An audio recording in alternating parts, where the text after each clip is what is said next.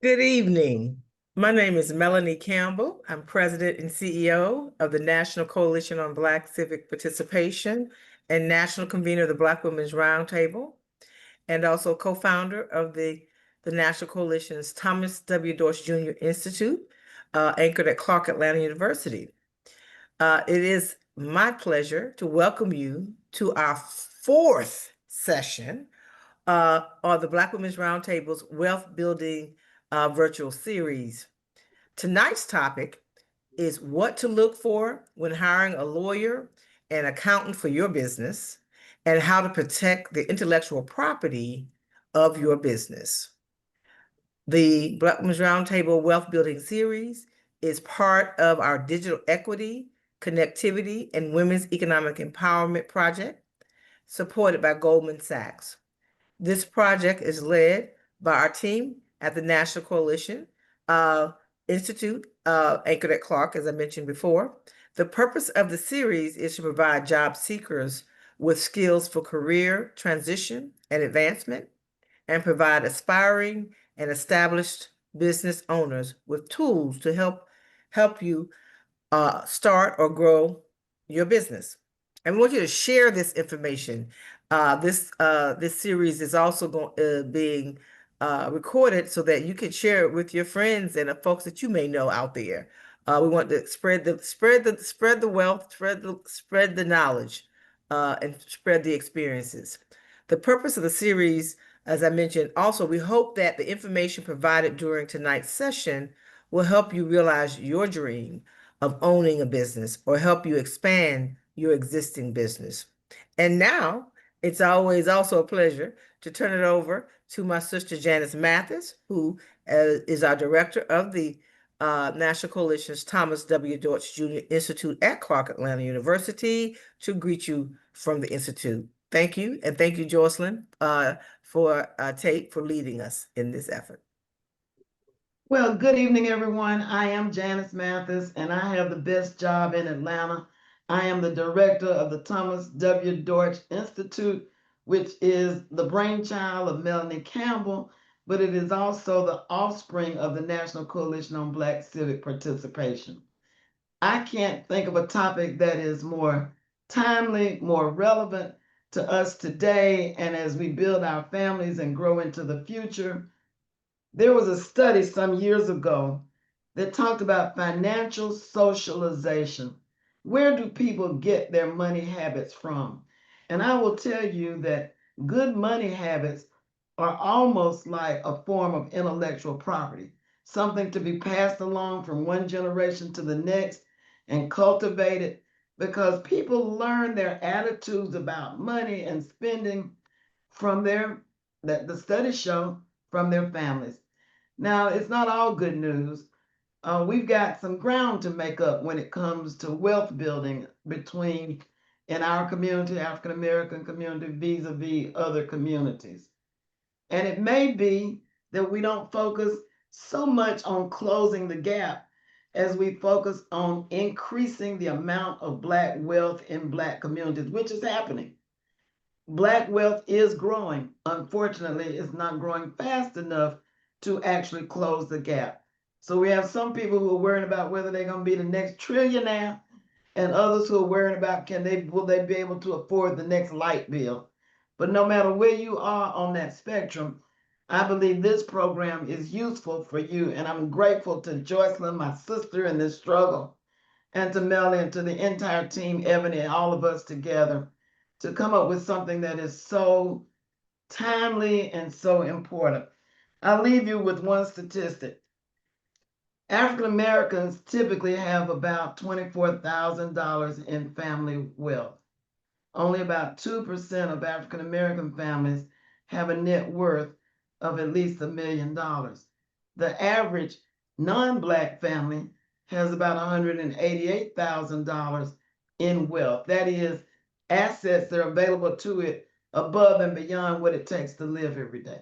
So I'm looking forward to learning tonight right along with you. And I hope you won't be bashful about sending in your questions, because that is how we learn from each other. Again, welcome. Thank you. It's a privilege and a pleasure. And when you're in Atlanta, arrange to come visit us at the National Coalition on Black Civic Participation, Thomas W. Deutsch Institute, where we have fellowships, Hope and Justice Fellowship Program. And Melanie, we're already getting applications for next year. People are calling and wanting to know, how do they join the fellowship? I turn it over to Joycelyn, who will take us the rest of the way. Thank you so much, Janice, for that and telling everybody, informing everybody about what the Institute is. Thank you so much. And thank you, Melanie. Now let's get straight to it. We have a phenomenal group of women here tonight that are going to share some wonderful golden nuggets of information with you. So I'm going to introduce them all to you, and then we're going to get started. First up, we have Camilla Jolly. Camilla is the founder and managing attorney of Jolly Esquire PLLC, where she provides legal services for her clients in business formation, customized contracts and documents, trademark and copyright applications. Following her will be Dorothy Smith. Dorothy is the founder of DMS Bookkeeping. She has over 30 years of accounting experience, including 20 years in the U.S. Air Force as a financial management specialist. She is an IRS enrolled agent and a certified tax resolution specialist. She holds a master's in accounting, and she volunteers her experience. With all of that, she still finds time to volunteer her experience to SCORE and the VITA programs. Following Dorothy will be Timi Shienbody. Timi is the managing attorney of TOS Legal, where she helps businesses protect their brands, products, and services online and stay in compliance with local laws.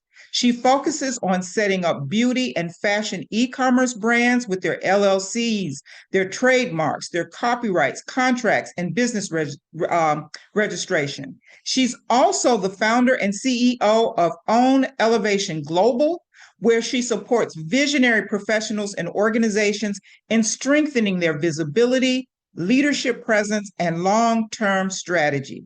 And she is the host of the podcast Ask Timi Live and the author of the book Show Don't Tell: How Lawyers Can Use Video to Stand Out and Revolutionize Their Firms.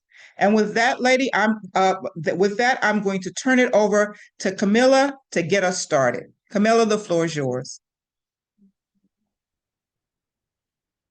Well, thank you, everyone. I'm so honored to be here, and let's get right into it. Oh.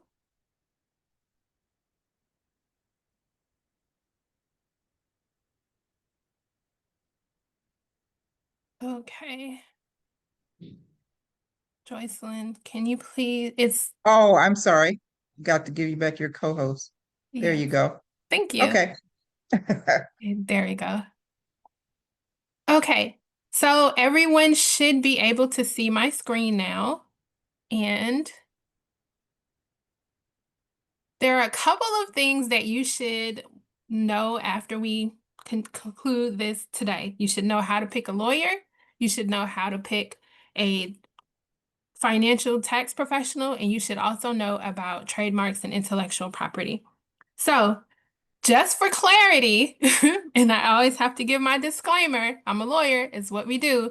This is for education, not for litigation. And essentially what that means is this is for educational purposes only, is to help enrich your knowledge base so you understand exactly what you need to know. And then if you have to litigate for whatever reason, hopefully not, you would get a lawyer to assist you. And after having gone through this training, you'll be able to choose one that will be able to help you. Now, this is me. Hi, I'm Camilla Jolly. I am licensed in Florida. I have been practicing since 2007, and I started my own law firm in 2008. And it essentially came from working with entrepreneurs. I used to be a bankruptcy attorney before, and working with entrepreneurs to help them to not have to file bankruptcy on their personal financial situation, and only having if they had to close a business. I've always worked with entrepreneurs and business owners since I was little. I was the girl in middle school. I couldn't sell juice and chips, But I would tell everybody, hey, you take that peach check soda and you put it with some Cool Ranch Doritos, and then you add a green apple blow pop, and you got a winner. So I've always worked with entrepreneurs. It's something that I love to do, and it is something that I will likely continue to do for as long as I can breathe. Now, this is for if you look at this, it's like first-time founders, creators, coaches, aspiring entrepreneurs, nonprofits, small business owners. If you make money any kind of way that is not a W-2, like you're not an employee, this is for you. That's it. It's essentially for everyone who makes money outside of traditional 9-to-5 employment. Now, this matters specifically because you will not believe the amount of just chaos not having a good lawyer or just having any type of legal representation will cause. It's one of those things where a lot of people think that they can kind of get away and skate through without a lawyer. No, you really can't. And we'll talk about a little bit about DIY options, templates, and all of that stuff, all of those things a little bit later. But 44% of businesses face a legal issue due to unclear or breached contract. Now, this is my favorite stat right here in the middle. 5 times cost multiplier for legal services versus fixing versus preventing. Now, it's way more cost effective to prevent a legal issue from happening than fixing a legal issue. Every lawyer will tell you that. Come to me before, I can help preventative measures. If you come into me after, it's going to be at least 5 times more expensive. A lot of times it's 10, depending on what it is, because at that point, it's already so far gone that you have to involve counsel. At that point, it's usually, in terms of financial planning, is difficult, right? So, and these other issues are things that people really don't pay attention to. The IP-related legal challenges, 60%. It's probably a lot higher now. I think this study was done in about 2020. But I'm sure it's a lot higher now, especially with the advent of AI and everything that's being used to kind of train the models. So it's one of those things that you have to really pay attention to. Okay. Now, when to hire a lawyer. Now, not every business, not every decision requires legal counsel, but most of them do. And the thing is, there are so many different aspects of running a business that do or should require legal input to make sure that you are doing it correctly, that you are doing it within the bounds of the law for your state, your country, like your particular industry. So the first thing is formation. And every time you see me I take a big sigh, that's because I'm remembering a situation that happened with a client or several clients related to that particular area. So here, formation. If you have multiple owners, outside investors, if there is any other money involved that's not yours, you need a lawyer. And I say it that plainly and that directly because it's true. Any situation where there is more than one business owner, even with one business owner, you need your documents together. And but if there is more than one business owner, you absolutely need to have the proper documents in place, usually from a lawyer or with a lawyer's input before the business is even formed. So that's partnership agreements. It's generally for multiple owners. If you are setting up a new business and you're taking outside investment, you're going to need to have specific things if you are taking, and when I say big money, we talk about startups, there are very specific things that they want you to have in your documentation. There are specific elections that you're supposed to take at different times. If you are self-funded and you're founder finance, it looks a little bit different for you in terms of the documents that you'll need when you're organizing and starting, but you should still have those things in place.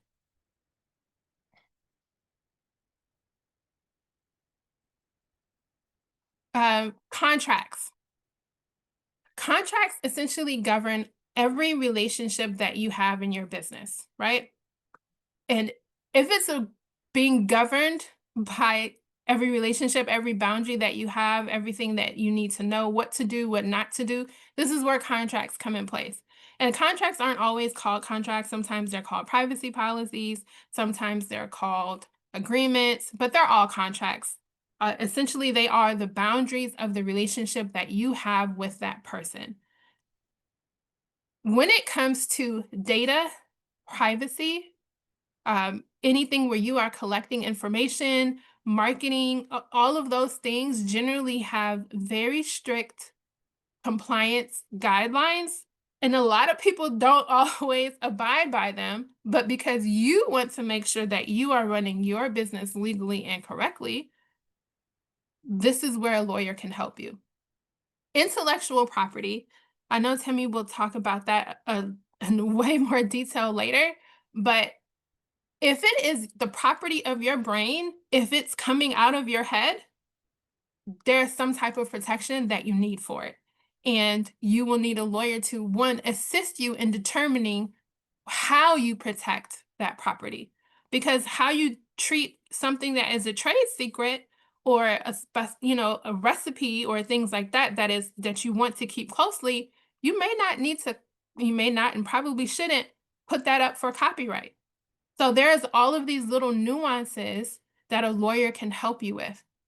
Regulated services, healthcare, finance, education, money, anything related with money. If you are lending, these are all things that require specific guidelines. These are all things that have specific regulations around them. Disputes. Everyone likes to think that they won't have an issue in your business in terms of having difficulty or having a challenge with a relationship or with a person. Just plan for it. Whether you want it to happen or not, you should be aware and have your business protected from the beginning. Now, what kind of lawyer do you need? This is a huge component of choosing a lawyer. There are a lot of lawyers. We do a lot of different things, right? There are a lot of different specialties, and this is particularly important because you need a lawyer for your specific need. You need a lawyer for your specific industry and niche. You cannot go get a family lawyer and have them help you with a business contract. Like in theory, you can, but what happens is what is specific to family law is not going to work in business law, right? So generally speaking, as a business owner, you will find some lawyers, there's a lot of overlap between like trademark lawyers and business lawyers, corporate lawyers, because usually trademarks are one aspect of business and there's a lot of overlap. And usually you'll find that if a trademark lawyer does, trademark copyright, that they also have experience with business and corporate and contracts. Now, where it gets really, really technical is that if you are in music, you're in the music industry, you want a lawyer that's going to primarily focus on the music industry. So yes, they'll know trademarks. Yes, they'll know contracts, but more specifically, they will know business and music contracts. It's the same thing with film. Film and music, a lot of people think that they're the same. They are not. They are not. So generally speaking, these are the different types of lawyer specializations.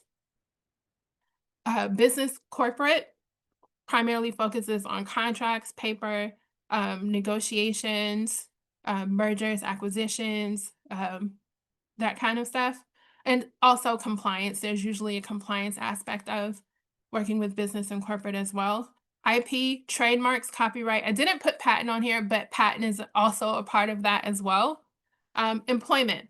Employment, when you get employees, the joy of being a manager or working with people, it's very nuanced for that particular specific area of law.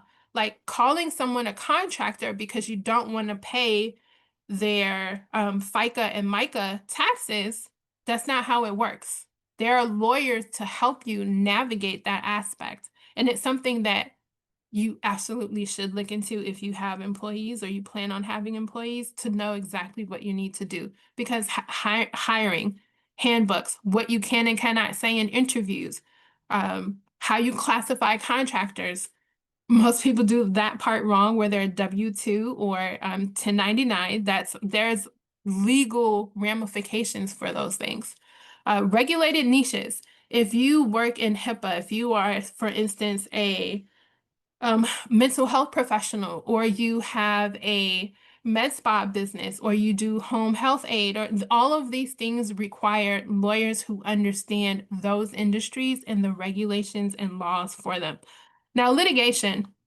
This is also, I separated it out and made it its own separate thing, specifically because there are lawyers. I'm a primarily transactional lawyer now. I used to do litigation. I don't as much anymore. So my focus is more on negotiating and coming to a resolution. Litigators like to fight.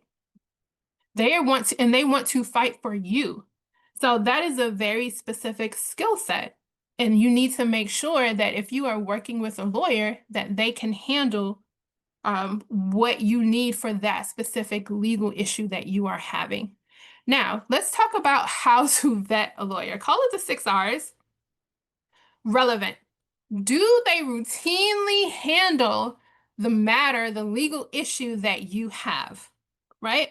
This is really, really, really, really, really, really, really, really, really, really, really, really, really a big deal. And I said all of those reallys because it's really a big deal. I cannot have, or I do not practice family law. So if someone comes to me with a prenup, it might read legally correct, but I have no idea if that is the industry standard. Now, if someone came to me and they are starting a restaurant business and they're working with their vendors and they give me a contract, I can go through that contract and say, hey, the industry standard for this is not what this contract says. It should be this. It should be something different. So you have to make sure that the persons or the attorneys that you're working with have experience with working in the legal area that you need them. Regulated. This is really big. Make sure that they are in good standing with a state bar. If it's trademarks, that's a little bit different. It just needs to be in the United States. But specifically, if you are working on a contract matter or something for your state, make sure they are licensed in your state. I've seen a lot of issues come up because people have someone from like Minnesota or Oregon or California to go through and redline their contract, but they're not licensed in the state that the person has their business. And this causes issues because not all states are the same. Like, I'm licensed in Florida. Florida is very particular about everything. They are very precise and they have a very specific way of doing things. So while things might be possible for California and New York, they won't fly in Florida or vice versa. So it's one of those things that you have to make sure that the attorney that you are working with is at least licensed in the jurisdiction or the place that you have your business, the state that you have your business, or they have an attorney on staff that has that license. This is also a really big thing because now there are a lot of people who are not actually attorneys who are telling and giving legal information. And a lot of it is wrong. And that's why you see some of the craziness or some of the things that happen to people because they listen to Google or someone off the internet and they didn't know what they were talking about, generally, much less more specifically to the state. Reviews. Look at Google reviews. Look at Facebook reviews. Type in whatever name of the law firm or the lawyer and then put reviews after it. You want to make sure that, one, reviews will tell you everything, but you want to make sure that based on the reviews that they actually do what you need them to do. Because usually in reviews, people will tell you like, oh, they did an amazing job. We had, this huge issue with X, Y, and Z, and they solved it, or they helped make it clear, or look at them.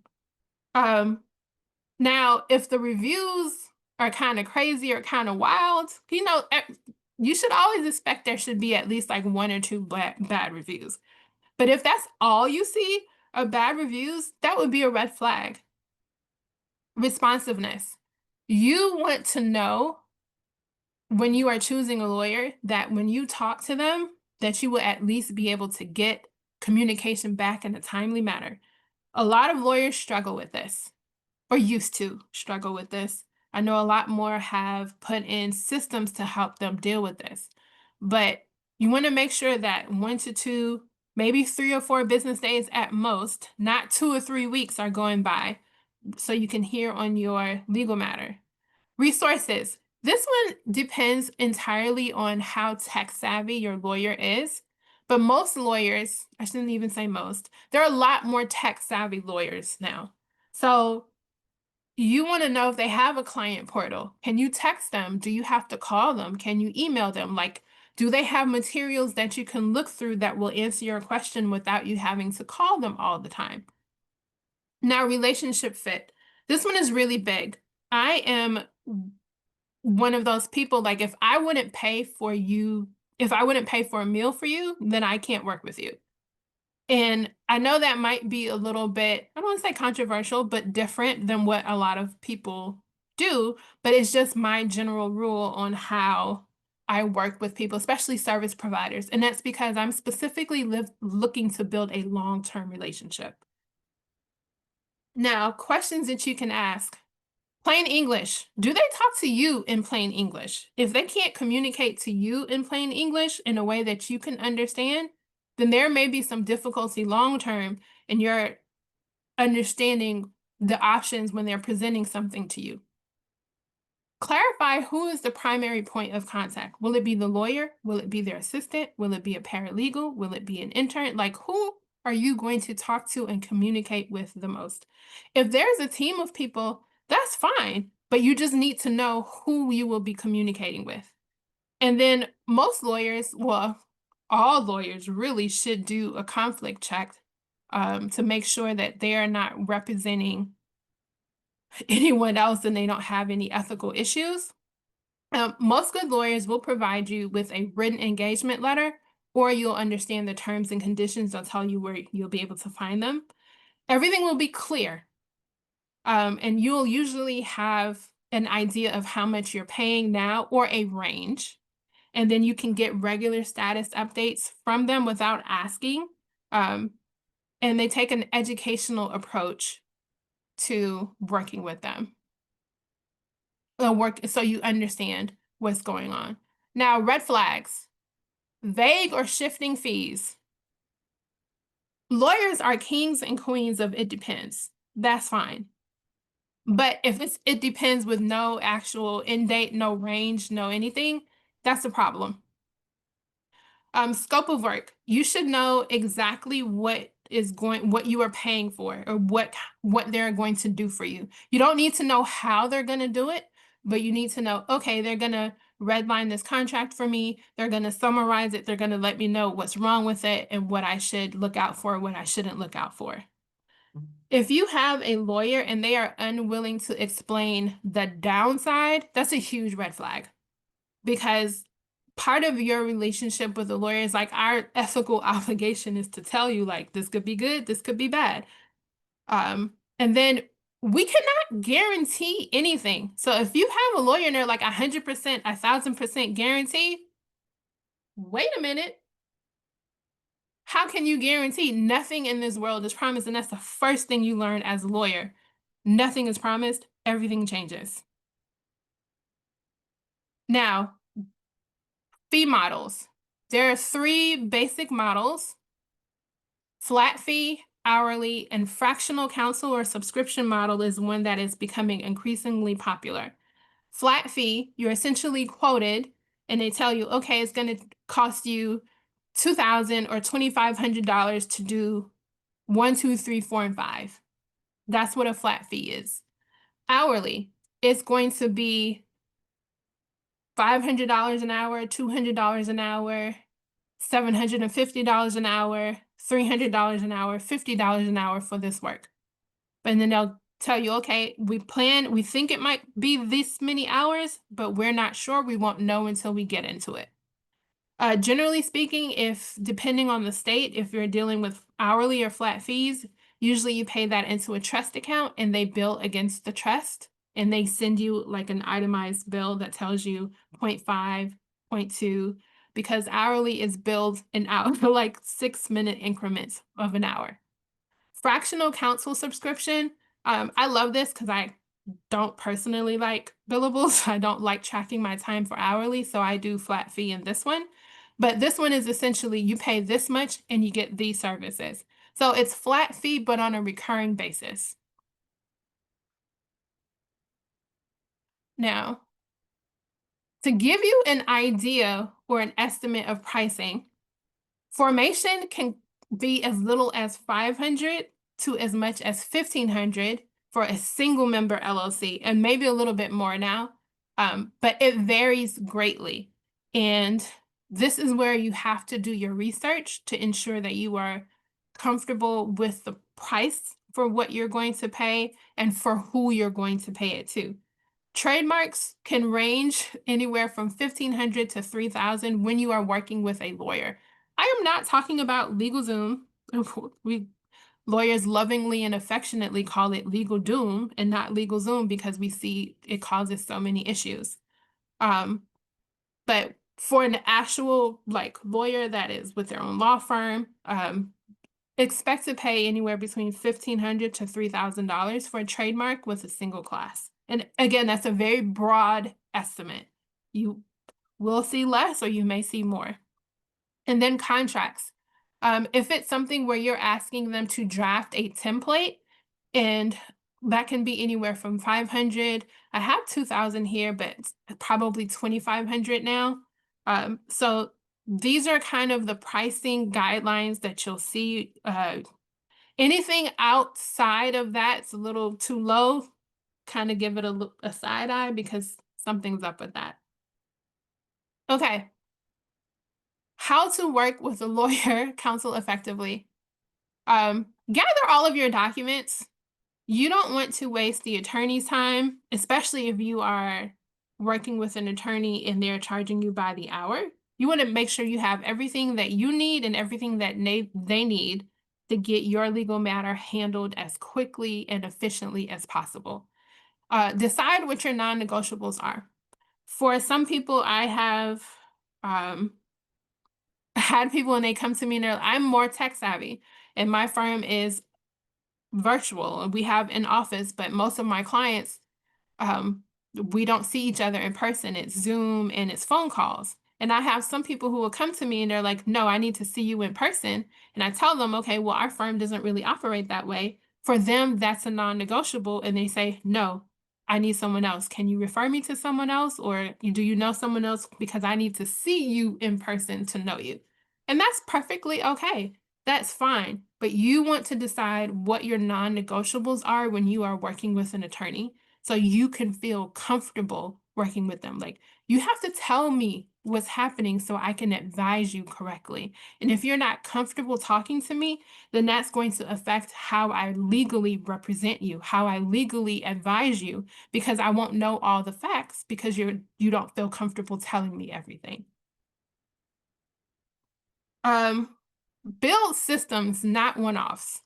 This is one of the things, just when I put my business hat on and not my lawyer hat, this is where templates come in. And when I say templates, I mean templates. If you are a service provider or you are working with or doing specific things consistently, not necessarily services, but other things, this is where it's helpful to have templates. I have some clients who everything that they do is a different type of document, and it costs them more money because they haven't sat down to think about their system and their business and how they want to operate. Then I have some clients, everything is systematized for them. And it's kind of amazing for them, or as a business owner, because when I prepare a document for them, I know that they only offer 5 services.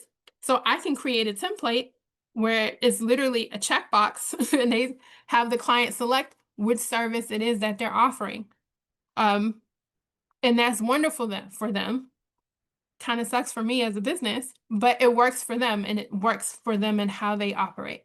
So that's one of the things that if you haven't thought about in your relationship with an attorney, consider it. Now, special cases, creators, coaches, and course builders.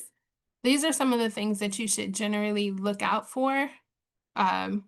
Intellectual property protection, content licensing, refund policies, affiliate agreements. These are things that you want to make sure that an attorney that you work with has experience working with. Because let me tell you something, these ambassador agreements, creator agreements, influencer partnership agreements, that is a whole other ball game. It's like the wild, wild west. So if you are working with an attorney, you want them to be able to know what's happening in that industry. Therapists and Christian counselors, privacy laws, informed consent, telehealth, multi-state issues if people are licensed in more than one state because they operate differently, and sensitivity. Like, you cannot market yourself as a Christian counselor. There are very specific designations and things that you need to have. So these are kind of the legal issues or specialties or focuses that you want an attorney to work with or have not experience in if they are offering, or if you're working with them and you're a therapist or a Christian counselor. Nonprofits. You want an attorney that has worked with a nonprofit, and you also want an attorney that has worked with a nonprofit in your state, because like specifically Florida, it's not just the 501c3 status that you get with the IRS. You also need additional information. You need to request like you have to have a license, or not really a license, but a form, permission to solicit donations in your state. So if you are working with someone and they are not familiar with a nonprofit, they've never worked with a nonprofit before, you might not be in compliance, not necessarily not with the IRS, but with your actual state jurisdiction. DIYs. AI. Okay. I know a lot of people like to use AI. I understand if you're using it to help you get clarity on a specific contract provision, but having it write a contract for you, don't do it. Don't do it. Don't do it. Well, one, now I don't know. I think some of the services have decided that they're not going to offer any type of legal, medical, health, and then there's another one, therapeutic advice. But also, I have the training and I have the schooling, and I have the student loan debt to understand fully and exactly what, if I'm using AI, what should or should not be there. You don't necessarily unless you have that background. So I have encountered clients who have had AI draft contracts for them, and it's a great contract, but it is not anything related for the state or for what my client actually needs at all, even a little bit.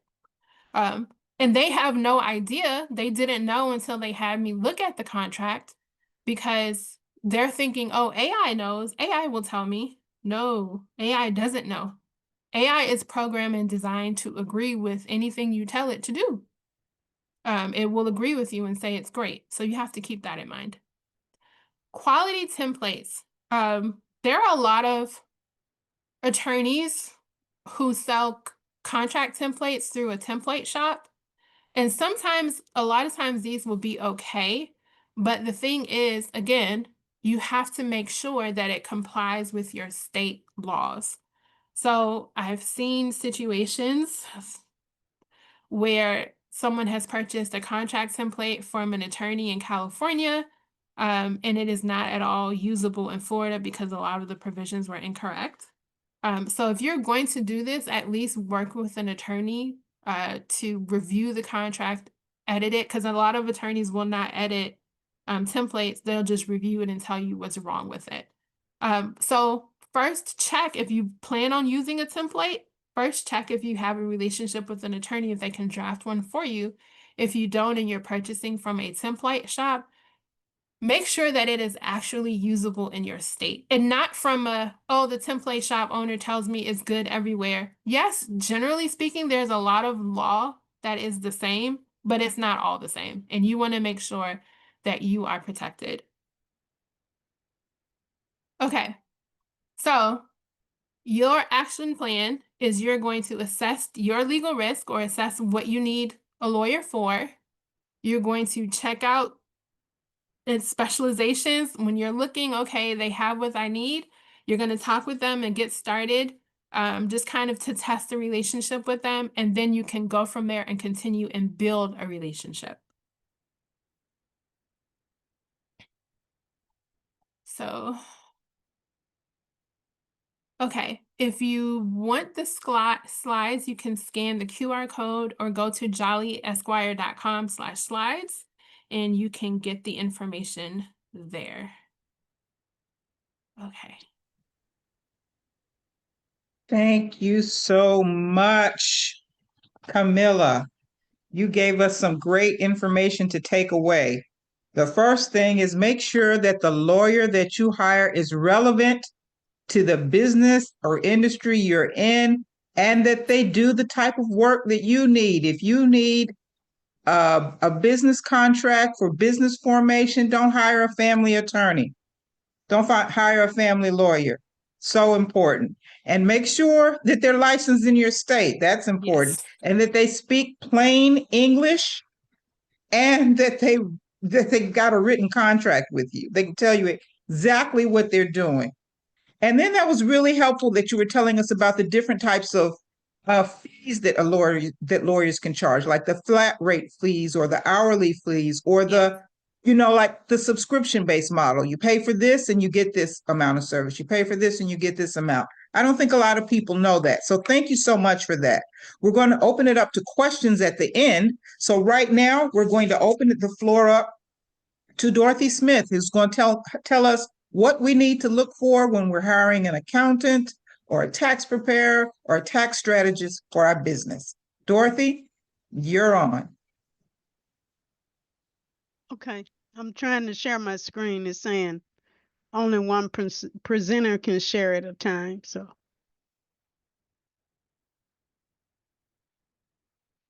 I can't hear you on mute.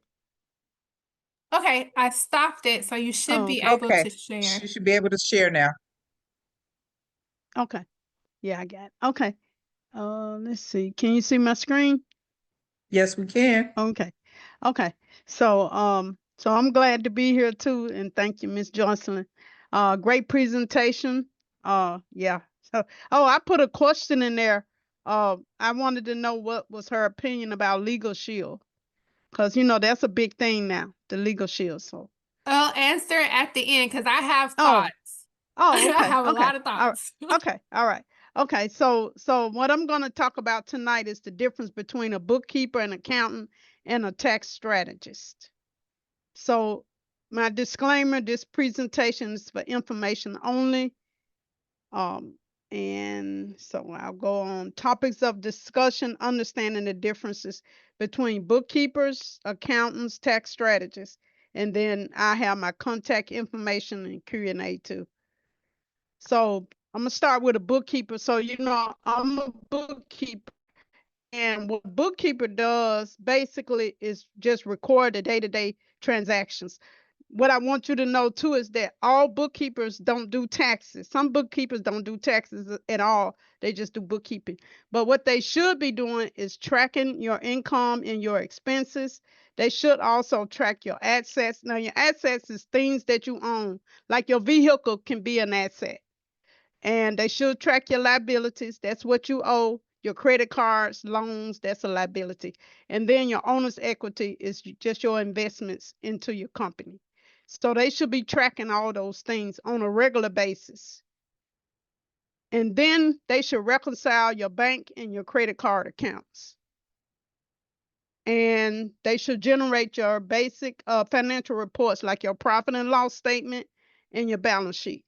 Your profit and loss shows your income and your expenses, and your balance sheet shows your assets, your liabilities, and your equity, your owner's equity. So also I'm gonna give you some questions too that you can ask. So the other services, they might do accounts payable and accounts receivable. Accounts payable is the people that you pay, and the receivables is people that owe you. And then they do payroll processing. I don't do either of those. I don't do payroll. I don't do pay, payables or receivables. So some questions you can ask a bookkeeper. The main thing, ask them what other services do they offer. They'll tell you, I just do bookkeeping, I don't do taxes. Whatever they do, they'll tell you. And then you want to know what kind of software they're using, because everybody don't use QuickBooks. So if you using QuickBooks and your bookkeeper using Xero, it's not going to work. So you want to know what software they're using. And then the biggest thing that I like to do is, can you assist them with reading and understanding those financial statements? Because I see a lot of things on the profit and loss that should not be there. So I think that they should help you know how to read and understand. So that's the bookkeeper. Now, the accountant. Now, what the accountant does basically is they just analyze the information that they get from the bookkeeper. So they don't, a lot of times accountants don't do bookkeeping. I know some accountants that don't do taxes. So a lot of them, really their biggest focus is audits. A lot of accountants' biggest focus is audits. So generally they certify public accountants. I can tell you right now, a lot of CPAs do not do bookkeeping because bookkeeping is time consuming. They're not going to do it. It's just, they're not. So they evaluate your financial statements for your profitability, your cash flow, and your overall business performance. And they perform audits to ensure compliance and accuracy. And that's what most of them do. I have a friend that's a CPA. She do not do taxes, period. So the questions you can ask an accountant. The first thing I think you always should ask all of them is, what other services do they offer beyond the financial reporting? They'll tell you. Then can you certify financial statements for accuracy? And I got a story for that one. And are you authorized to represent clients before the IRS in an audit? So you want to know that, because a lot of times they cannot represent you. So that's a big one. The last one is the tax strategists, and sometimes they call it tax planners. So that what they do, they take the data and they come up with a tax plan to minimize your taxes legally. They come up with legal ways to minimize your taxes. So they evaluate the tax implications of the business decisions, and they recommend the most beneficial entity structure that I talked about the other night. They can tell you which one you should do, the LLC, S corporation, C corporation. They'll be able to tell you that. And then they identify deductions and credits and the timing, because it's some tax strategies that you cannot do in a certain time of the year. It's a whole lot behind those tax plans. So questions you want to ask the tax strategists. Again, ask them what services do they offer. What I notice is that some tax planners don't do taxes. Some tax planners, they can't represent you. The only thing they do is they give you a plan, and that's it. So you just have to ask questions. And ask them, can they assist you with implementing these strategies? That's the other thing that I see. A lot of tax strategists will give you a tax plan, but they can't help you implement it. Then the tax plan to me is useless, because they're going to charge you, I'm going to say $30,000 for a piece of paper that you can't do anything with. So you need to make sure that they can help you with implementing those strategies. And how will these strategies impact my tax return? That's a big problem, because if you go to a tax planner and they give you a tax plan and they can't tell you how it's going to affect your tax return, Yeah, that's a big, I wouldn't even try that because they could give you a tax plan that could possibly get you an audit with the IRS, and you really don't want that. So you need to know how the strategist will impact your tax return. Okay, so this my contact information. So this is what I want to say is the business owner is the one that should be responsible to understand what they need when they seeking out these professionals.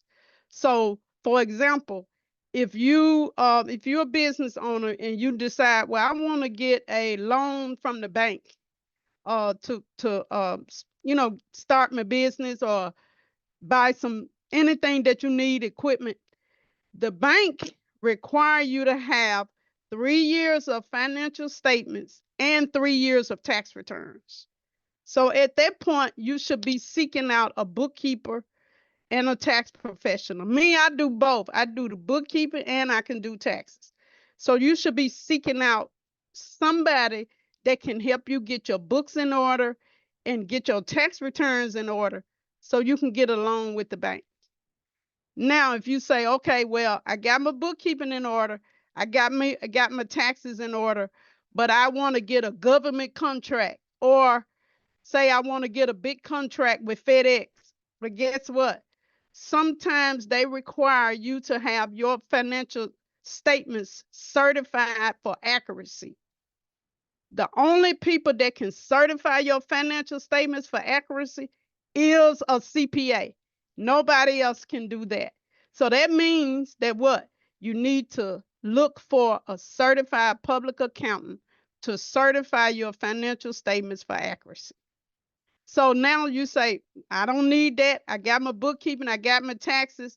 Well, I need to come up with a plan to reduce my taxes the legal way. Now you need a tax planner. So, and again, like I say, make sure that they can implement those strategies for you. A CPA, I know a CPA that's a tax planner. She do taxes, she do bookkeeping, but a lot of those tax planners, the only thing they're gonna do is give you a tax plan. They're gonna charge you $30,000, $40,000, $50,000, and it's nothing but paper.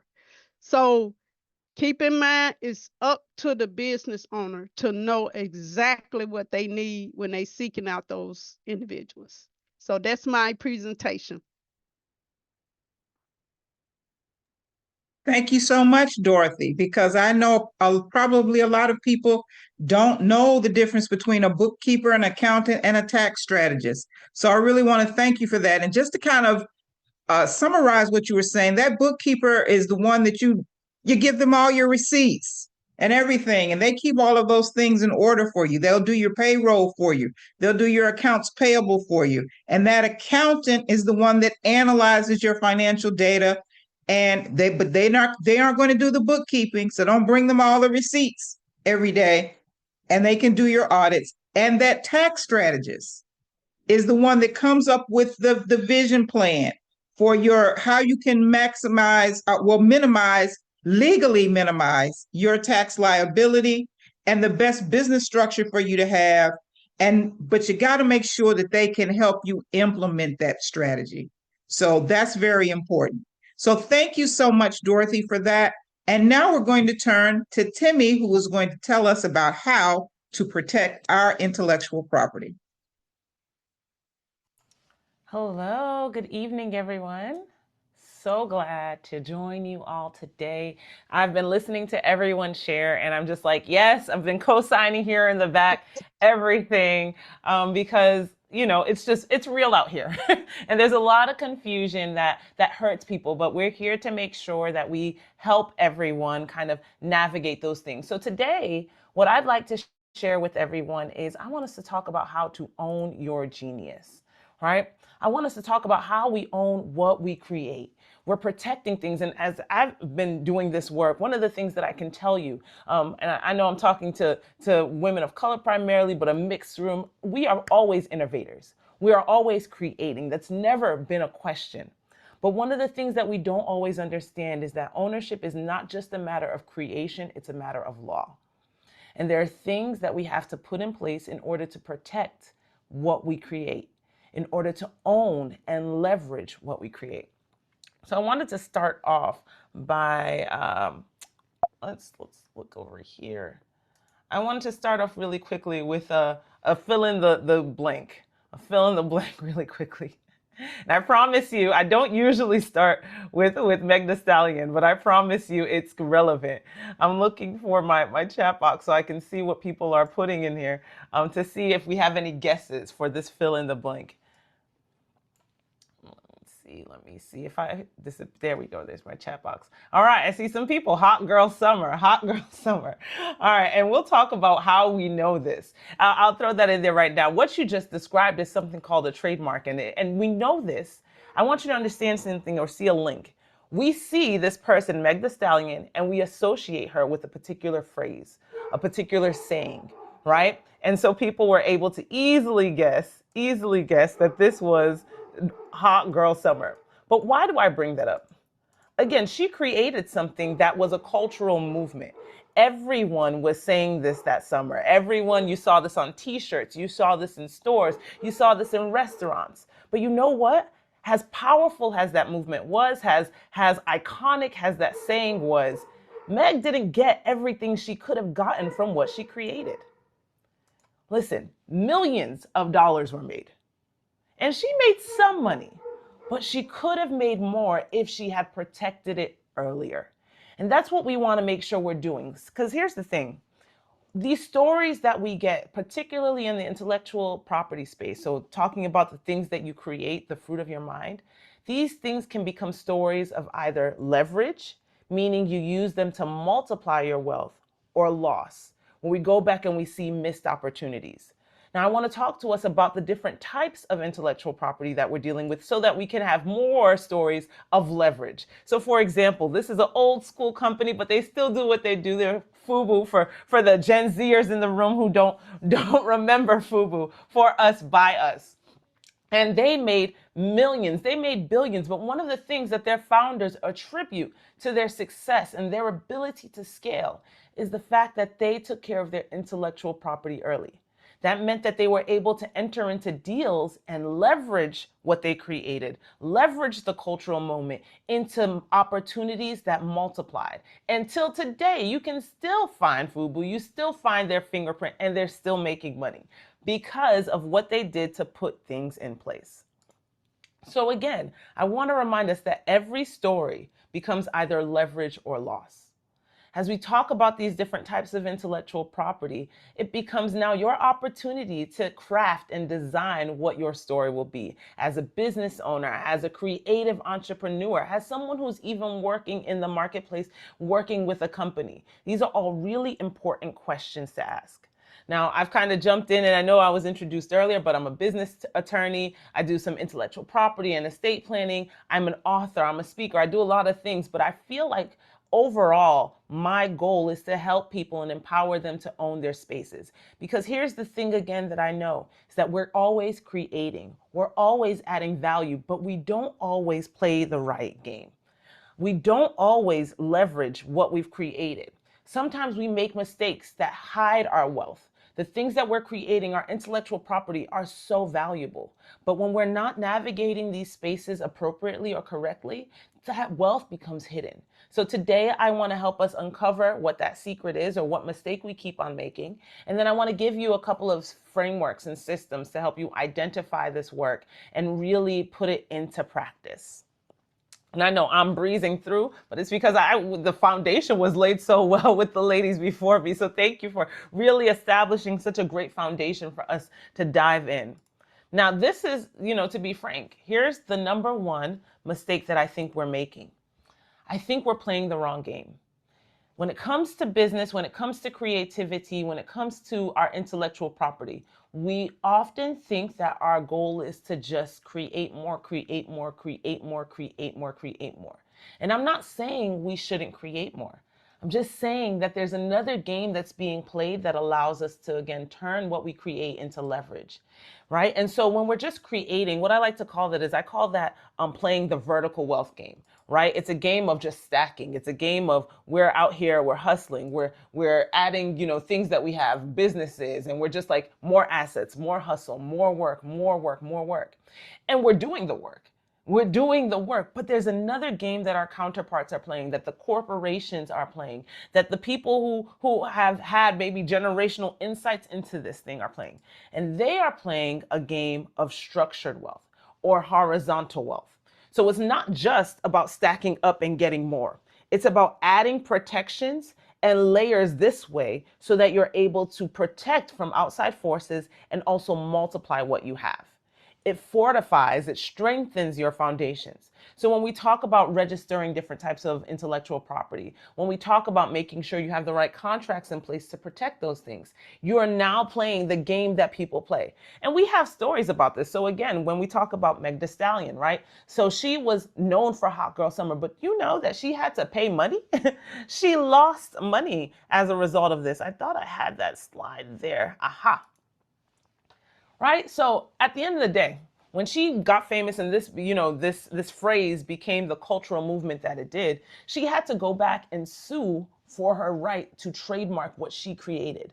By the time she did that, somebody else had tried to trademark it, so she had to stop that.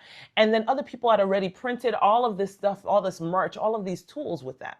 Now, there are no clear, I don't have a personal relationship with Meg Thee Stallion, so I didn't get her inside numbers. But what I can tell you is that given the high profile nature of her work, given how well known she was, she probably, if we're being generous, had to pay $15,000 to $50,000 if we're being conservative. If we're being really delicate with how much she had to pay to fight it, that's probably how much she had to pay.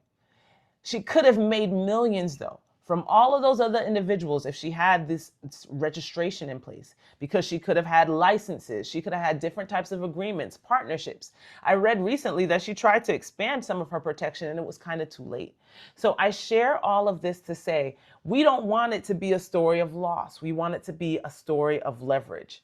So what you see over here, this picture that I have on the side, is actually a picture of the trademark registration. And we'll talk about what you have to do to get that. So going back into this, the framework that I want to share with us today, as we go, and we'll talk about the specific types of intellectual property, all right? But the framework that I want us to share today is what I call the DIG framework. It's a roadmap to help you uncover hidden wealth in what you create, integrate the right systems, and guard what matters most. So it's 3 easy words, and we'll break it down into a little bit more. Now, of course, another lawyer in the house, another disclaimer. What I'm sharing with you here is for educational purposes. Now, before I became an attorney, I was a middle school teacher. So I love to get into the details. I love to really break it down as simply as possible. But I want you to understand, even though today I'm your teacher, Tammy's your teacher, she's not your lawyer, right? This is information to kind of help you navigate these spaces. And then if you have a specific situation, then you can reach out. And just like Camila explained earlier, you can find the right attorney in your state, in your area, that can help you navigate these things, depending on what it is that you're looking for. All right, so let's talk about the DIG framework. There are 3 parts to it. The first part is you discover.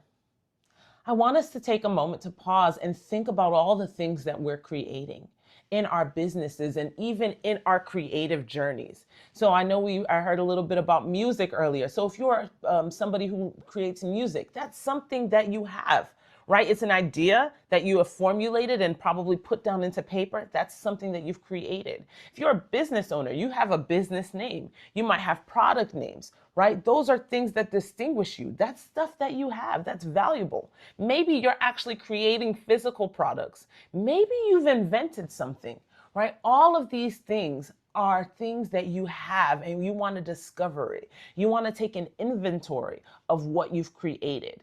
even down to your systems, your recipes. I want you to document as much as possible, because even down to the way you run your business, you know that those are secrets that could be protected, things that you could leverage. Maybe it's not immediately, but maybe as you grow your business, you decide to sell it. The better you document the systems that you have in place, the more you are able to request when it comes to selling your business. You now have leverage to provide. So I really want you to sit down. As part of your work is I want you to, and it doesn't have to be, we're starting simple. This is before you even meet with the attorney. This is you taking a piece of paper, taking some time, 5-10 minutes, and think about, what have I created in this business? And write it all down. I created this business name. I created this product name. Was sitting with a client recently, and we're going through all the different products that they've created over the years. And we're talking about ways that we could maximize their value for those things. So that's the discover part, right? We are discovering what you already have, your ideas, your brands, your content, your products, your systems, all of those things. Next, we want to talk about integrating. So integrating it is making sure that you're leveraging the systems and the structures that are in place. This is where we start to introduce the law. This is where we start talking about the different things that are already in place from a legal perspective and how we can make sure we're applying them. So Meg Thee Stallion, right? She had the song Hot Girl Summer, right? But now we're taking this phrase that we know has become a cultural movement, and we're saying, okay, this is a phrase that you're known for. This is a statement, a slogan that you're known for. How can we make sure that it's protected? What systems are already in place that we can take advantage of to make sure that you are protected so that you can maximize it and stop other people from trying to profit off of your work, right? That's what happens when we integrate. When we leverage and use the systems and the structures that are in place. This may also involve contracts. So when you're working with other people, we've created something, but you're entering into a contract with them. How are you protecting yourself? The person that comes to my mind is Dave Chappelle. Dave Chappelle created his show. He was well known for it, the Chappelle Show. But the contract, the way he integrated his protection was off, right? Because it gave them rights forever to his work, and he had to fight that, right? So that he could profit from his labor, so he could profit from what he created. All right, so that's integration. And then finally is guarding it. It's making sure that you have it for the long term. It's making sure that you're staying on top of maintenance, because many of these tools require certain levels of maintenance. It's also making sure that you are policing what you own. So one of the things that kind of happens when people create brands, they create different trademarks and things like that that they're known for, other people might use it and they don't stop them. I have multiple stories of this happening, and I might share a couple of different stories as we go through, but one of the stories that I have when it comes to this is Kleenex, for example, right? Kleenex is what we use to blow our nose when we have colds and it's flu season. And so that's a registered trademark. But when people have started to use it and use it and use it, we now refer to every type of tissue paper as Kleenex. And so because they didn't stop people at the beginning, right, now they don't really have a leg to stand on if they try and stop somebody from using that phrase to describe their product, right? So enforcement is part of guarding and protecting what you've created. Now, I'm going to take a moment to dive a little bit more into the intellectual property. And I want to give us a definition to help us. I heard earlier, you said the fruit of our mind. I don't remember exactly what Kamala said, but it was great. And I think about it very similarly. It's like the produce, what we've created, our intellectual fruit. But here's a way to say it. Intellectual property protection starts with identifying your valuable IP, right? And taking an inventory of what you've created, right? So that's what we're working with. Now, there are 4 types that you're typically going to come across. We're going to break down each of those and spend a few moments. And I know we're wrapping up soon, but I want to make sure we understand these 4 different types so that we know how to best protect them. We're going to talk about copyrights. We're going to talk about trademarks, patents, and then trade secrets. Now, these 4 are very distinct. there's overlap often, and that's where there's some confusion. So I was out yesterday with a couple of friends, and they were misusing some of the terms, and I understand why. Even my family members do. But for those of you who are in this room, you're going to be able to correct some people and say, "Hell, I think what you're referring to is this." And the reason why we want to understand the difference is the procedures, the way that you go about protecting it varies, and how that protection looks varies as well. Going into it a little bit more detail, right? A copyright is going to protect your original creative work. So that might be a book that you wrote. So I wrote a book. It's right over here. This, I have a copyright for it. I have a copyright for the ideas within the book. A trademark is different because it protects what identifies the source of something. So a trademark is something that you see and you automatically think of, oh, it must have come from here. So if you see a swoosh sign, what do we all think about? Well, I see some people nodding. I'm looking, I saw some head nods. We know what the swoosh sign, when we see that, we're thinking Nike, right? We know the source of that. If we hear, let's get ready to rumble, we think wrestling, unless it's in something people don't use anymore. When I was younger, that was what we used to hear. But it was a slogan that identified that this goes with the WWF, right? If you see two C's together, if you like shopping, you might think Chanel, right? So these are all trademarks. They help us identify the source of something. And it's important because if you are the source of something, you want your consumers, your customers, your clients to be able to see your mark and know that it's you. You don't want them to be confused with someone else. So from not only a legal perspective, but a business perspective, you want your trademarks to be unique. And the law supports that too. The law is looking at, when we're talking about trademarks, what helps you stand out. So that's why you can trademark a name, a business name. If it's a unique name, it's something that helps you stand out in competition. That's why you can trademark logos, something that helps you stand out. That's why you can trademark slogans. These are all brand identifiers. These are distinct from copyrights, where copyright is content. Copyright is the thing behind it, right? So I might have, I think about the series I used to read when I was younger, The Babysitter's Club. Anybody else read The Babysitter's Club? Or Goosebumps? These are old school. Or Nancy Drew, the Nancy Drew series, right? So these are all old school things that we used to read, and they would have marks. As soon as you saw a Babysitter's Club book, you could tell, because the way it was written was exactly the same. It was always written with blocks. If you saw Goosebumps, it was always the same Goosebump letters. As soon as I saw that, I knew that this was from R.L. Stine. It was very, very clear. That mark identified that he was the source. The content on the inside was the original work that was copyrighted. So that's the distinction between your copyrights and your trademarks. Now, I will say, book titles typically can't be trademarked unless they become an individual identifier of something besides the book. Right? So if you are, for example, a lot of my work is in the space where I talk about owning your space, owning what you've created. Now I'm working on a book that's called Own Your Space, right? And so that book is going to have its title. But if I have my frameworks for my coaches in the room that I'm using, right, to teach people about how to own your space, that now becomes something that is trademarked because it's identifying me as a source of a product other than the title of a book. So just a few little nuances. I'm going to go into patents now. Patents are more about inventions, right? So if you're doing something that's really technical. One of my favorite stories of patents deals with Spanx. Yeah, I don't know if there's any ladies in the room who need Spanx sometimes to tighten everything up. But Sarah Blakely is the lady who created that. And so she had a unique, innovative technology to help package us in the way so we're looking tight and looking right. And so that's an invention that she created. She had to identify the specifics with regards to how she was, uniquely creating this. That's where patents come in. They're going to be inventions that you create. You might be something, if there's a new microchip that you've created that allows, battery power on phones to last longer. That's an invention. You're going to register a patent for that.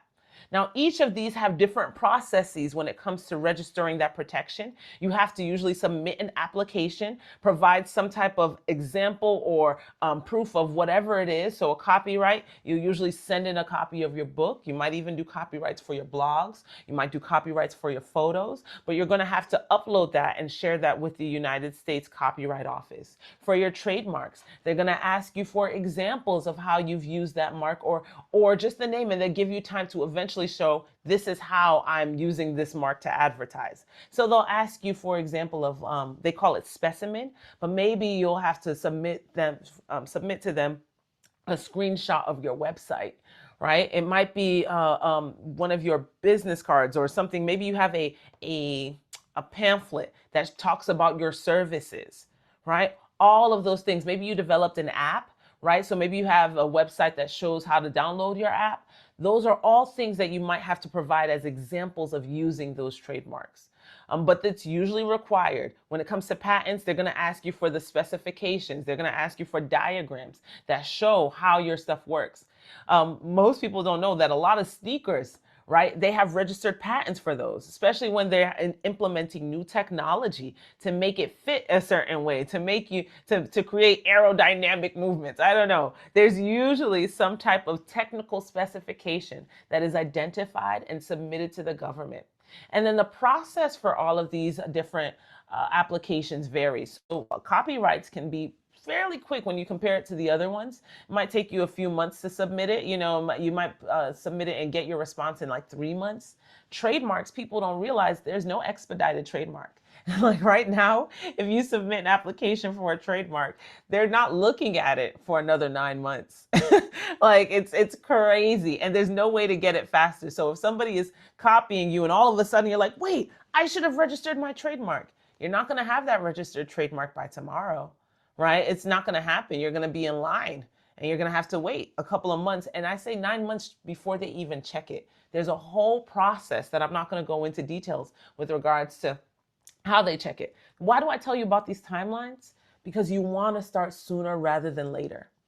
I have one client slash bestie slash friend that I was working with, and she had a brand, and I saw her working on it, and I said, this brand is going to be something that goes viral. It's got that it factor. And so I saw the way she was moving, and I said, hey, listen, I'm not going to let you come back to me later and say that and cry about missing opportunities. This will not be a story of loss. This will be a story of leverage. We need to register your trademarks today.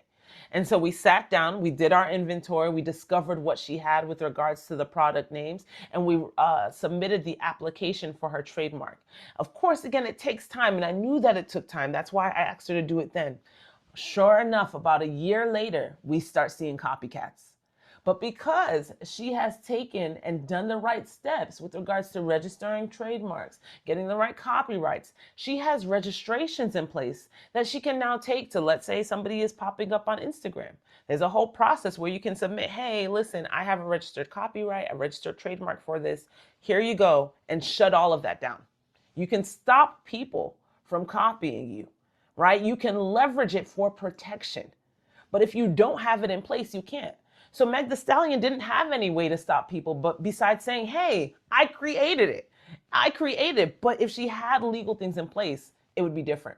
I'm gonna give you one more example, and I know where I'm going a little bit, so I'm almost done. But I wanna end with using Beyonce as an example, because Beyonce doesn't play about her intellectual property. And I know a lot of people love her, and a lot of people wanna embody what she represents. Well, I remember years ago, I went with one of my friends to a conference. It wasn't a conference. It was not a convention. It was for weddings. It was one of those wedding showcases. And I saw all of these shirts that said FEYONCE.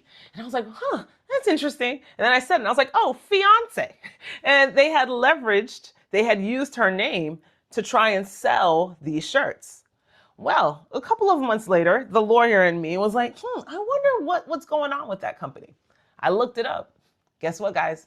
That company was shut down. And it was shut down because Beyonce said, I put in that work for my name. I put in that labor. I paid the money to the lawyers to protect my name.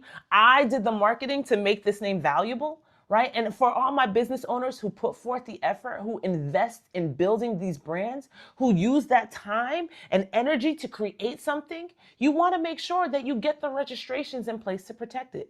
So she was able to see these other individuals who are trying to leverage her name to make money, and she was able to shut it down. And she does frequently stop people. And it's not and I always like to talk about this because I know some people say, oh, the big guys are picking on the little people.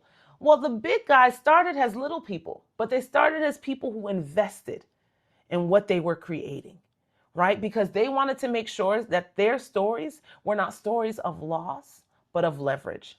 So as I wrap up, I want to make sure that we have the time for the questions, but I want to ask you that question again. I want to remind you that every story is going to become either leverage or loss. When we're creating things, when we're writing our books and writing music and doing all of this amazing work, when we're creating businesses and brands that are actually shifting cultures, right? That are legacy brands, right? When we think back about them, when we think about your story, when we think about what you decide to create, when we think about the work that you've done, will we remember it has something that was leveraged and multiplied to create generational wealth? Or will we remember it has a lost opportunity? At the end of the day, it's up to you and I to decide that. You have so many different resources available. I'm available as well. If there are any questions, if you want to get the slide sent to you, you can go ahead and scan this and fill out the form. It might talk about wealth in general because I do some talking about that. But scan the QR code and I'll be able to send these specific slides to you, because at the end of the day, we want to make sure that all of the stories that we hear, all of the stories that come from this community, that come from the work that's being done here, become stories of leverage, that become stories of structured wealth, that become stories of generations to come, right? So thank you so much again for this time. I'm so, so, so glad that I was able to share this, and let's keep talking. Thank you so much, teammate. That was fantastic. I just want to recap some of the things that you said. First, you talked about you want to build structured wealth rather than building vertically. That's so important. And your dig strategy of discover everything that you create, everything, every name that you came up with, every phrase you came up with, every recipe you came up with, discover what those things are, and then use the tools and filings and contracts to take care of those things and invest in those things, and then guard them for the long term. Guard them and make sure you police when people are using them. Now, quick question I have for you, and then I'm going to open it up to questions from our attendees. Now, when you're guarding these things and you're talking about how do you go about guarding them, and what do you do if you see people using them? Great. You have to address, that's such a great question. You have to address when you see people using your work. I know out of the kindness of our hearts, we sometimes want to ignore it. And here's the thing, you can still be cordial, you can still be kind, but you want to make sure that you say something. So what does that look like?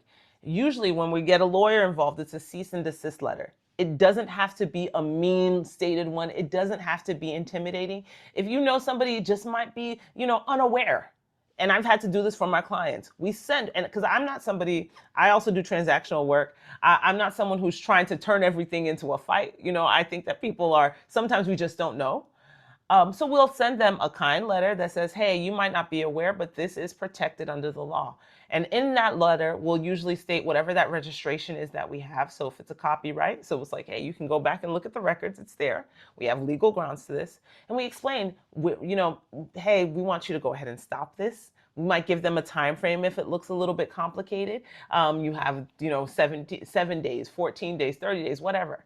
And we might do something like that. We do that particularly when we have smaller businesses and smaller infringers, but you really, really, really want to make sure people know that, hey, this is not allowed.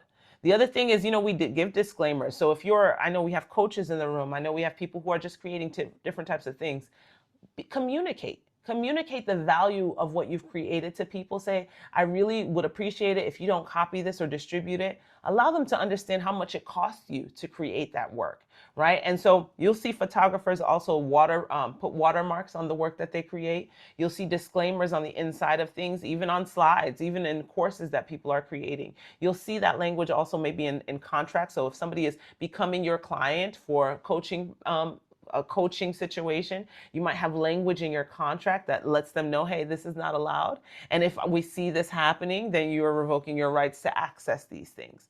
So, but the primary thing is you want to make sure you tell people. Now, if they're being really flagrant, right, that's where we can be more strong-armed with what we say, and we can, in those instances, even start making demands with regards to records and say, hey, you can't delete anything. We want to make sure we see what you've created. I've had situations with clients where we've had to negotiate certain things with people as well, where you're asking, okay, what are the records for what you've sold? Because in those instances, from a legal perspective, you can actually recover some of that if they've unfairly earned, or I'm losing the terminology that I want to say, but if that happens, you may be able to recover some things. So I thought that was a great question. Thank you so much for it. Okay, and we're getting very close to the end of the time, but we want to make sure we want to respect everybody's time, but we also want to answer your questions. So I'm going to open up the floor now to any questions that you all may have. Just unmute yourself and ask your question. And first, let me ask the question that someone put in the chat, and I think that one is for you, Dorothy. Are tax planners costs based on the size of the business? Because you mentioned something about $30,000. Would that cost be more or less depending on the size of the business? Okay. No, the cost is based on the strategy. It's not based on the size of the business. So yeah, it's based on the strategy. Whatever strategy they give you, that's where the cost is going to come from. Okay, let's open up the floor to any questions anyone may have. This is your time. And you can just open up your mic and start. So can I ask a question? Yes. Yeah, I had one for Miss Jolly about Legal Shield. I mean, it's a big thing now, and they're always promoting Legal Shield, and I'm leery of it. I don't deal with it, but I just wanted to get her opinion. Okay. So I have the unique experience of I went and worked for a Legal Shield law firm because I wanted to see what they did from the inside. So that's how I know what. But they are actual lawyers. They are law firms. They contract with a law firm for a particular, like they do it county by county or township by township, and that law firm takes all of those cases. It is good if you do not have anything else. The issue that I had with them is that they don't get to know you. They don't know anything about your business. They don't know what you want to do long term. So the information, the advice they're giving you is very limited. So it's only limited to what you tell them. But if you tell them everything, they can give you everything. Anybody else have any other questions? I have one last question for you, Time. How long do the protections for copyright, trademark, trade secrets, patents, how long do they last? Oh, it varies. So when we're talking about copyrights last the longest, and they last the life of the creator plus some. I can't remember the specific number of years. Kamala might be able to add that to me. Trademarks, on the other hand, they have to be renewed. So when you're dealing with your trademarks, you have to go through the process, and then after 5 years, you have to submit some documentation about your continued use. Then you have to do it again at the 10-year mark, and from then on, you have to do it every 10 years. So you can keep trademarks forever. When we're talking about patents, there's also a limited time. I work in the soft IP area, so I forget about what the specific time frame is for your patents, but that's also a limited time frame. It's more than your I feel like I mixed up the two. My apologies I think it was about 70 years, but I might be wrong. It's 7 years. Yeah, it was 7 years from what I saw. And then wonderful. Go ahead. Oh, I'm so sorry. Last thing, trade secrets. Trade secrets are protected by contracts. There's no actual registration for those. And so the longer you keep your secret a secret is how long it stays a secret. And so you want to make sure that you have put things in place to keep your secrets. And so that's why trade secrets is the last one I didn't touch on, but Thank you. I just wanted to make sure I mentioned that. Any other questions? Yeah, I Okay, have we a want to, question. oh, go ahead, please. Yeah, this is also for Timmy. So, I'm trying to start a notary business, and I was a little confused as to when is a good time to file for trademarks. Like, do you have to show that you are using the trademark before it can actually be approved, or can you just go ahead and do it right when you start?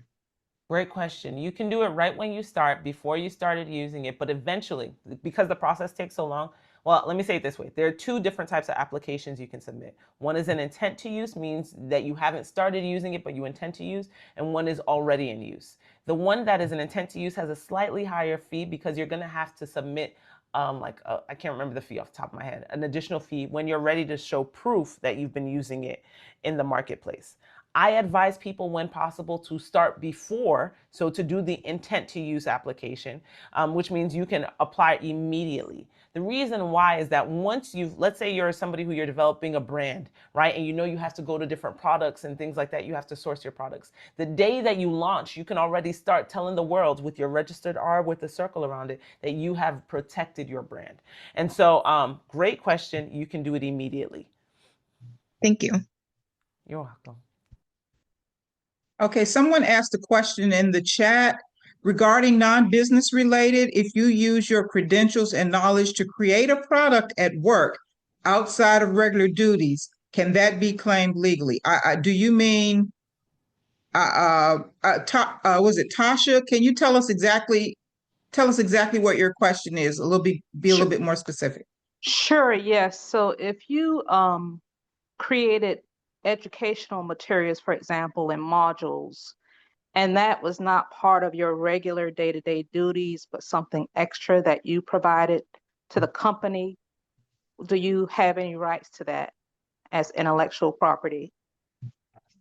Great question. Kamala, did you want to jump in on that one? I can share, but I think you might. Yeah. And I'll add a So story at the end. Go ahead. it depends. You have to look, you need to start with your employment agreement. Yep. Because some companies will make it so that their employment agreement covers everything you do as part of your work and everything you do outside of your work. So that's the first place to start. And I'll jump in. Can I give a story? Yeah. Haley Page. Everybody look up a lady named Haley Page, known for wedding dresses. Her Yes. story is, her story is wild because Yes. she could not use her name for Yes. years. She just stopped. She just won her name back last year, I think. Yes. And so it's based off of exactly what Camila just said. So I don't know. That was what I was going to throw in there because that story. Any other questions? This is your time. Even though we're a little over, we want to go over because it's your time. The session is for you. Well, ladies, I want to say, Camilla, Timmy, Dorothy, thank you so much for all the information you shared. And for the people that we have on the line, I want to share really quickly a survey that I would like for you to do, and it's just 5 questions. If you can answer those questions really quickly about what you thought about today's session, and it's just 5 questions. You can go ahead and answer them now. They should be on your screen. You should see them now.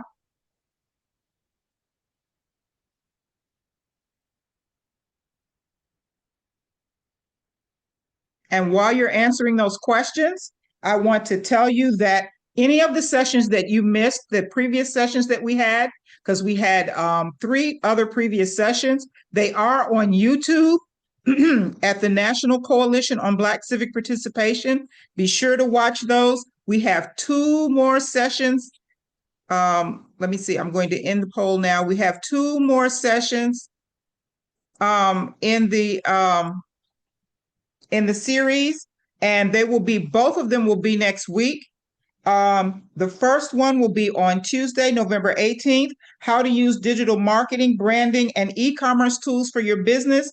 And then on Thursday, November 20th, it'll be how to use AI for your business. So be sure to come in, same time, same place, on Tuesday next week, Thursday next week at 6 p.m. Eastern Time to learn about those things as well. Again, I want to thank our panelists today, Timmy, Dorothy, and Camilla. Thank you so much.